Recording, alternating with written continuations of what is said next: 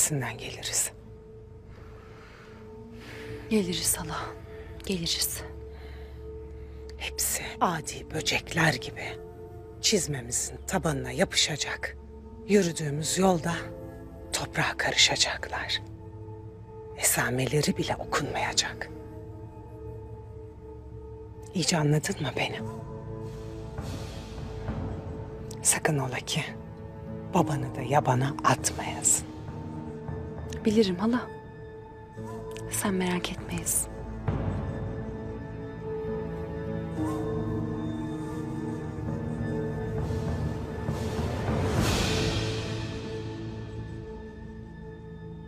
Hayırdır?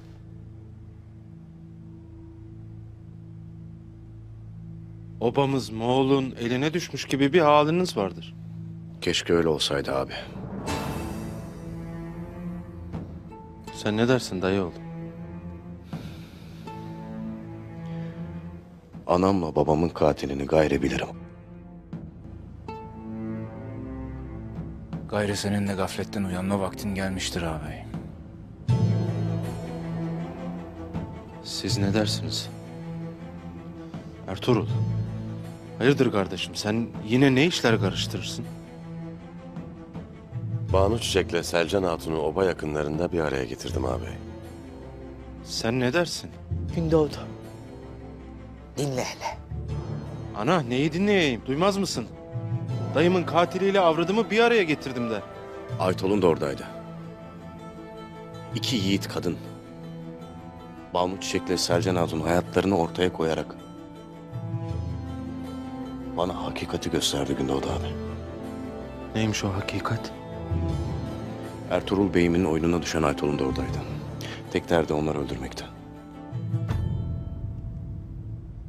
Anamla babamı öldürdüğünü kendi ağzından işittim. Hepsi bu kardeş. Banu Çiçek'le Selcan Hatun bizi nasıl Aytol'una götürdüyse Aytol'un da bizi öyle Gümüştekin'e götürecek.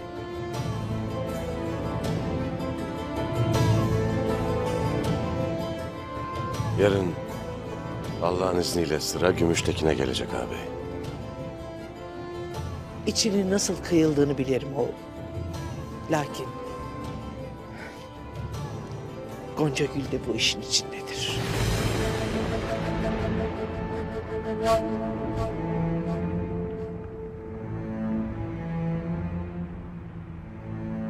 Ay doğmadan Şavkı dağlara vurmuştur ağabey.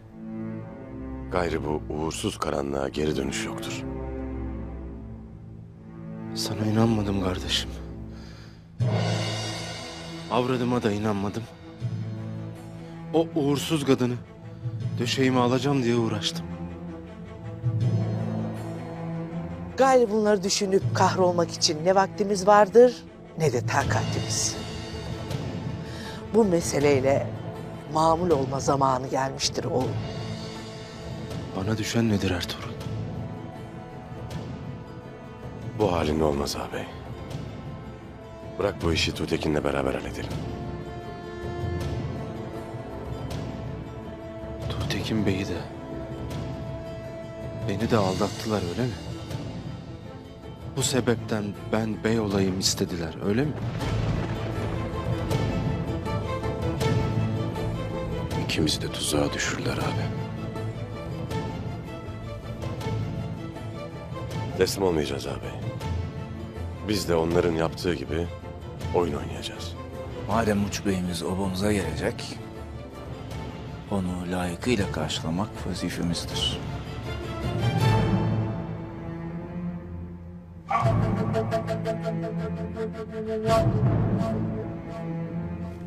Abi. Oğul, oğul. Ağabey! Artuk Bey'e haber verin.